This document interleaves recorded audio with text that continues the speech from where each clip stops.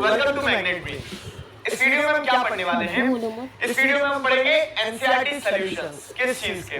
तो जिस चैप्टर को थ्योरी पार्ट पर टॉपिक सब टॉपिक हर चीज को हम कॉम्प्रिहेंसिवली पढ़ चुके हैं, डिस्कस कर चुके हैं, उस चीज को हम क्या करने वाले हैं, उस चीज के एनसीईआरटी सॉल्यूशंस जो है वो डिस्कस करने वाले हैं। क्वेश्चंस तो आपकी बुक में है, आंसर कहां है? आंसर मैग्नेट ब्रेन पे है। ठीक है, स्टार्ट करते हैं। तो देखिए क्या है, आंसर द फॉलोइंग क्वेश्चन पहली चीज है। अब आंसर द फॉलोइंग क्वेश्चन में जितने भी क्वेश्चंस हैं उनके आंसर हम डिस्कस करने वाले हैं। अभी 7th में हो चल रहा है, मिल जाएगी, लेकिन 9th से आपको खुद से आंसर लिखने की कोशिश करना होगी, और वो हैबिट आज से अगर स्टार्ट करोगे तो वेल एंड गुड, बहुत बढ़िया होगा वो। ठीक है, बाकी देखो क्या है। तो व्हाट इज एटमॉस्फेयर? तो the atmosphere is a huge blanket of air that surrounds the earth. Simple सा क्वेश्चन, सिंपल सी डेफिनेशन, सिंपल सा आंसर। और अगर डिटेल में जाना है तो आप लिख सकते हो क्या कि there are various gases present in the atmosphere, helium, hydrogen, nitrogen, oxygen, carbon dioxide. ठीक है, and there are multiple layers of the atmosphere.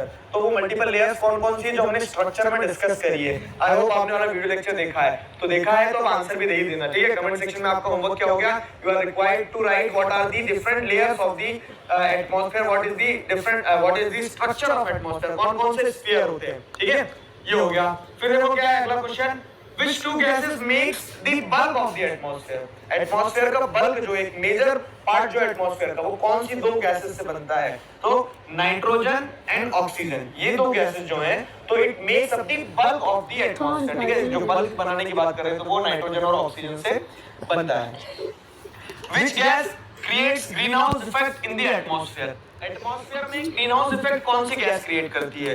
तो carbon dioxide creates green house effect in the atmosphere. Carbon dioxide is the right answer. और ये मैंने आपको समझाया भी था कि किस तरह से जो सोलर इंसुलेशन आ रही है उसमें जो हीट है, उस हीट को ट्रैप करके रखने का काम किसका होता है? कार्बन डाइऑक्साइड का काम होता है वो। ठीक है, व्हाट इज वेदर? वेदर क्या होता है? वेदर देखो समझो, तो weather is a mixture of events that happen each day।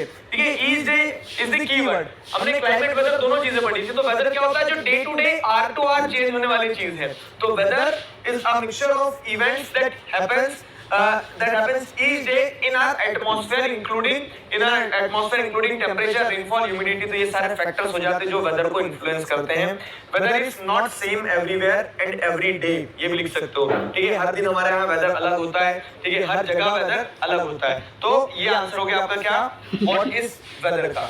आगे देखो क्या है, आगे question, name 3 types of rainfall. 3 तरह के रेनफॉल कौन कौन से होते हैं? तो 3 टाइप ऑफ रेनफॉल्स आर, ये मैंने बताया आपको। ठीक है, मॉइस्चर वाले टॉपिक में। तो convectional rainfall, orographic rainfall, cyclonic rainfall.